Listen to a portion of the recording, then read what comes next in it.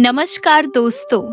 क्या आपने कभी सोचा है कि आखिर भगवान किसी घर में बेटे को ही जन्म क्यों देते हैं?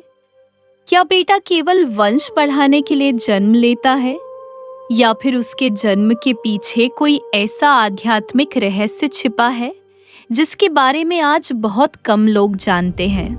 गरुड़ पुराण में भगवान विष्णु ने गरुड़ जी को मनुष्य के जन्म, मृत्यु, कर्म और पुनर्जन्म के ऐसे रहस्य बताए हैं जिन्हें जानकर हर व्यक्ति का जीवन बदल सकता है।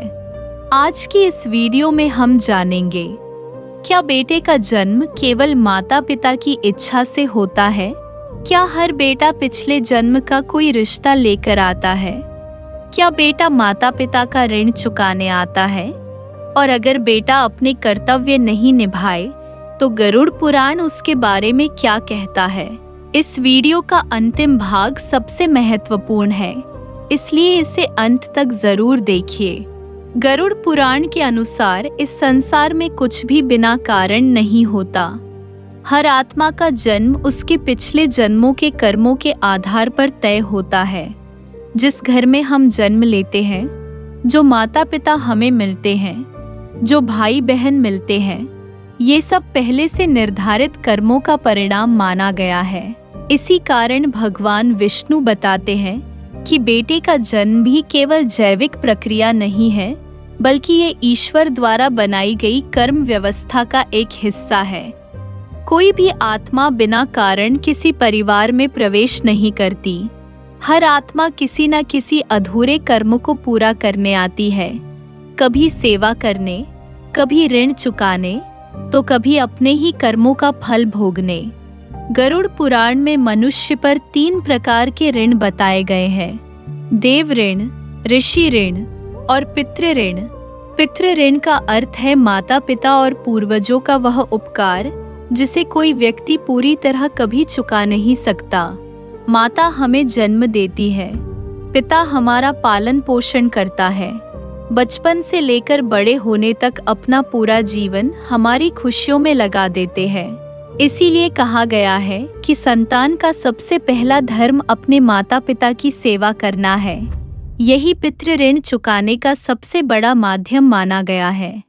गरुड़ पुराण के अनुसार पुत्र का सबसे बड़ा धर्म है अपने माता पिता का सम्मान करना, उनकी सेवा करना, उनके जीवित रहते उन्हें कभी दुख न देना और मृत्यु के बाद श्रद्धा के साथ अंतिम संस्कार तथा श्राद्ध जैसे धार्मिक कर्तव्यों का पालन करना। यहाँ ये समझना जरूरी है कि इन शिक्षाओं का मूल उद्देश्य केवल कर्म कांड नहीं, बल्कि अपने पूर्वजों के प्रति कृतज्ञता व्यक्त करना है। जो संतान माता पिता का सम्मान करती है उसे पुण्य प्राप्त होता है, जबकि जो उनका अपमान करती है वो अपने ही कर्मों का बोझ बढ़ाती है। गरुड़ पुराण कहता है कि हर जन्म पिछले कर्मों से जुड़ा होता है, इसलिए हर बेटा समान स्वभाव लेकर नहीं आता। कुछ बेटे माता पिता की सेवा करते हैं, कुछ उन्हें सम्मान देते हैं, कुछ उन्हें सम्मान देते हैं, लेकिन कुछ बेटे ऐसे भी होते हैं जो माता पिता को दुख देते हैं। शास्त्रीय मान्यता के अनुसार ऐसे संबंध भी पूर्व जन्म के कर्मों का परिणाम माने जाते हैं।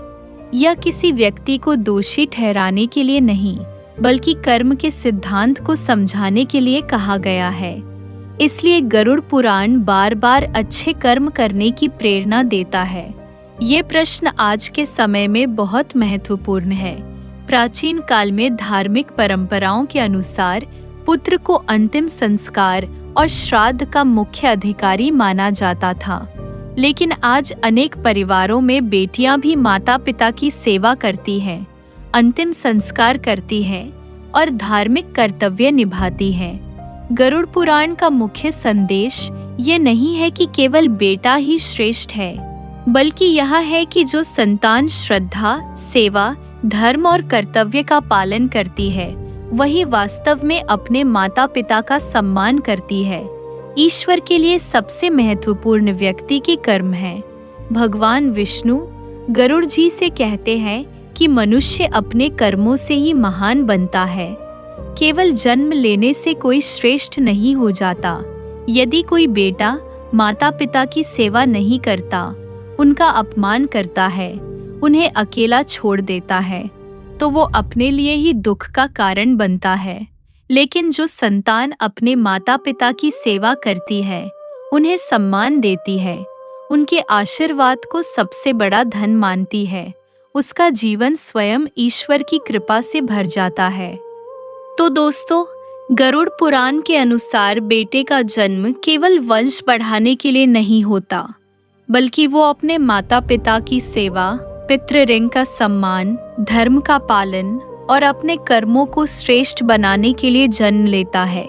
लेकिन ये भी उतना ही सत्य है कि ईश्वर किसी व्यक्ति का मूल्य उसके लिंग से नहीं, बल्कि उसके कर्मों से करते हैं। चाहे बेटा हो या बेटी, जो अपने माता पिता का सम्मान करता है, जरूरतमंद की सहायता करता है और धर्म के मार्ग पर चलता है, वही वास्तव में ईश्वर का प्रिय बनता है। यदि आपको ये जानकारी अच्छी लगी हो तो वीडियो को लाइक करें, चैनल को सब्सक्राइब करें और कमेंट में जरूर लिखें, माता पिता की सेवा ही सबसे बड़ा धर्म है। मिलते हैं अगली वीडियो में गरुड़ पुराण के एक और अद्भुत रहस्य के साथ। धन्यवाद।